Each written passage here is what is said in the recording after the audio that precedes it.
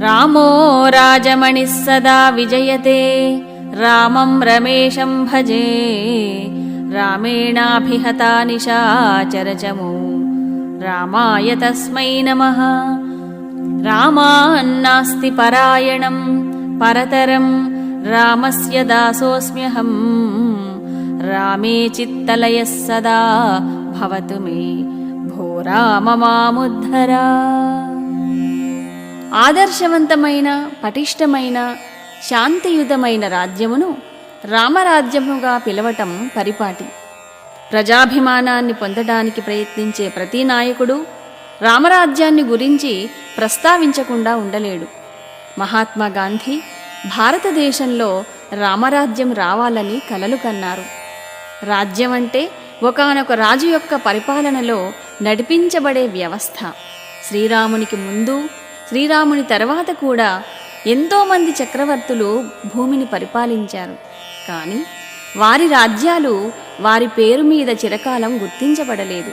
అంటే రామరాజ్యంలోని విశిష్టత శ్రీరాముణ్ణి బట్టి వచ్చిందన్నమాట.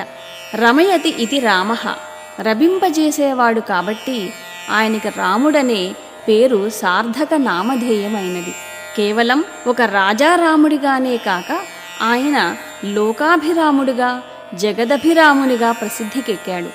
నాడు అయోధ్యాపురవాసుల హృదయాలలో జానపదుల మనసులలోనూ ప్రియతమ నాయకునిగా నిలవటమే కాక ఇన్ని వేల సంవత్సరములు గడిచినా భారతీయుల హృదయ మందిరాలలో ఆదర్శ నాయకుడిగా ఆరాధ్య దైవముగా శాశ్వతంగా ప్రతిష్ఠింపబడ్డాడు.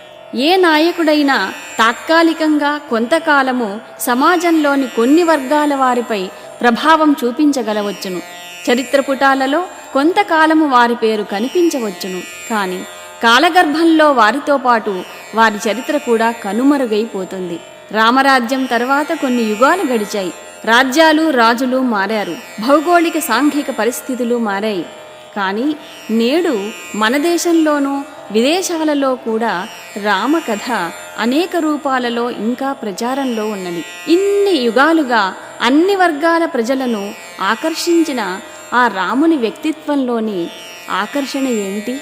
రామాయణాన్ని చిత్తశుద్ధితో శ్రద్ధతో అధ్యయనం చేసిన ఎలాంటి వ్యక్తి అయినా ఆ మహనీయుని మేరు నగ సమానమైన ఔన్నత్యాన్ని తలచినప్పుడు ఆనంద విస్మయాలతో తబ్బిబ్బై తనను తాను మరిచిపోకుండా ఉండలేడు కదా.